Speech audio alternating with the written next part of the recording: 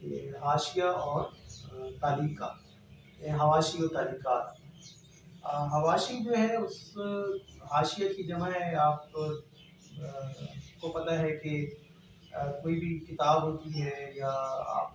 اس کو دیکھتے ہیں دونوں طرف سے اوپر نیچے سے جگہ تھوڑی تھوڑی جو ہے وہ چھٹی ہوتی ہے، تو اس کو حاشیہ کہتے ہیں۔ یا ہم بچوں کو کہتے ہیں، آپ بھی جب کوئی پیپر لیتے ہیں صاف تو آپ کہتے ہیں جی حاشیہ لگا لیں، وہ جو آپ لائن لگاتے ہیں اور اوپر بھی چھوڑتے ہیں جگہ، نیچے بھی اور سائڈوں پہ بھی، تو اسے حاشیہ کہا جاتا ہے۔ عربی زبان کا یہ لفظ ہے اور اس کا مطلب ہے کسی بھی چیز کی طرفین، یعنی ہر طرف جو ہے اس کو کہا جاتا ہے حاشیہ۔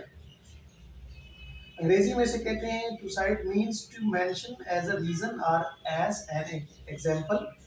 or in order to support what you are saying or to speak or write the exact words۔ اس کی جو اصطلاحی مطلب ہے وہ ہے کتب و رسائل میں حاشیہ کے معنی متن کے ہر سہ طرف چھوڑا ہوا سادہ صفحہ بھی ہوتا ہے،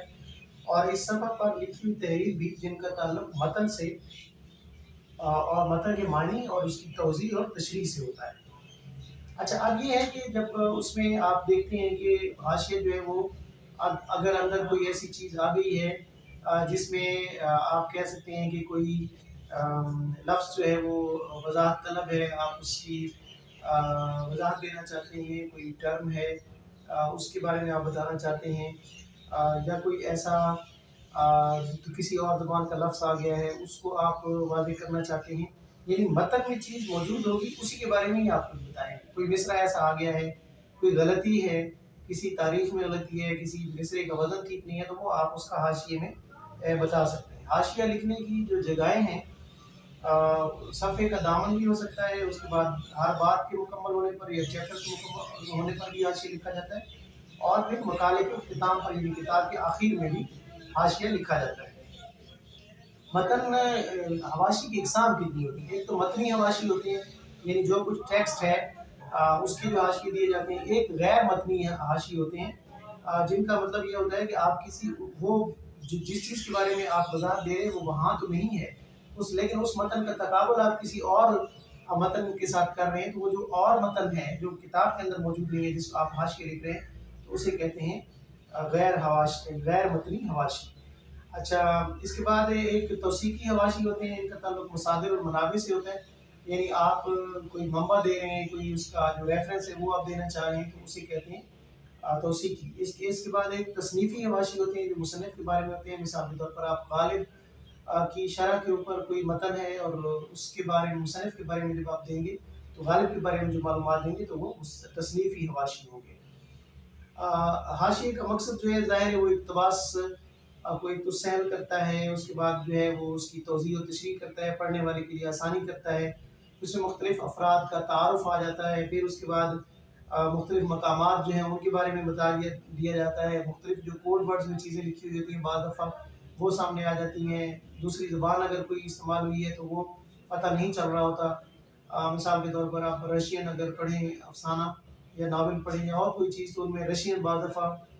وہ دی ہوتی ہیں اصطلاحیں یا لفظ یا مقام، تو وہ اس کی وضاحت بھی اس طریقے سے آ جاتی ہے۔ کوئی مصرع غیر موضوع ہے تو اس کو بھی اس کے اندر واضح کیا جا سکتا ہے، اور اسی طریقے سے جو اس کے لیے سب سے ضروری بات یہ ہے کہ یہ اس کو وقیع بناتی ہے، مقالے کو یا کتاب کو زیادہ سود مند بناتی ہے۔ ظاہر ایک پرانے زمانے میں کتاب لکھی گئی ہے، اس وقت اگر لوگوں کا جو رجحان ہے یا اس وقت اصطلاح استعمال کی بعض دفعہ چیزیں متروک ہو جاتی ہیں، تو نئے پڑھنے والوں کے لیے یا اس کے لیے جو اس کی نئی تفہیم کے لیے جو ہے وہ آپ حاشیے لکھتے ہیں۔ اس کے بعد آ جاتے ہیں جس کو آپ کہتے ہیں تعلیقات۔ تعلیقہ یہ بھی عربی زبان سے آیا ہے اور اس کا مطلب ہے معلقہ سے یہ یعنی لٹکانا یا لٹکنا۔ تو اس کو یہ کہا جاتا ہے کہ کسی بھی متن میں جو دی گئی چیز ہے اس کی میں سے وضاحت نہیں کرنی، بلکہ اس کو آپ نے اس کو بڑھانا ہے، اس کو ایکسٹینڈ کرنا ہے۔ تو اسی چیز جو متن میں دی گئی ہے، آپ سمجھتے ہیں کہ کوئی چیز تشنگی رہ گئی ہے، کوئی چیز اس میں مسنگ ہے، کوئی بات ایسی ادھوری ہے، تو اس کو آپ نے پورا کرنا ہے، تو اسے کہا جاتا ہے تعلیقہ۔ وہ آپ یعنی اس کو بڑھا دیتے ہیں۔ اس کے بعد اسی تعلیقے کے ضمن میں ضمیمہ بھی آتا ہے۔ ضمیمہ ابھی جب آپ اپنا کام مکمل کر لیتے ہیں کوئی ایسا ڈاکومنٹس آپ کے پاس آ جاتا ہے، کوئی ایسا پروف آ جاتا ہے جس کو آپ اس کے اندر شامل کرنا چاہتے ہیں، وہ آپ مقالے کے آخر میں دے دیتے ہیں۔ مثال کے طور پر آپ کسی مصنف کے بارے میں آپ نے لکھا ہے اور بعد میں آپ مکمل کر لیا، اس کے بعد آپ سے اس کو ملنے کا اتفاق ہوا ہے، تو آپ نے انٹرویو لے لیا ہے، تو اس انٹرویو کو جو ہے وہ آخر میں آپ لگا سکتے ہیں۔ یا کوئی ایسا ڈاکومنٹ آپ کے ہاتھ لگ گیا ہے، کوئی ڈومیسائل ہے، کوئی ان کی ذاتی زندگی کے بارے میں معلومات آپ نے دی ہیں لیکن وہ ڈاکومنٹ آپ کے پاس آ گیا ہے، تو اس کو آپ آخر میں لگا سکتے ہیں۔ تو اب یہ جو دونوں حواشی اور تاریخی میں جو فرق ہے وہ یہ ہے کہ حاشیہ جو ہے وہ متن کے اندر دی گئی چیز کی توضیح، تشریح یا تعبیر ہو یا تصحیح ہو، اور جو تعلیقہ ہے وہ متن کے اندر کوئی چیز نہیں دی گئی ہوگی، جو اس کو مرتب کرنے والا ہے یا جو اس کا کریٹک ہے، جو اس کا نقاد ہے یا جو اس کو محقق ہے،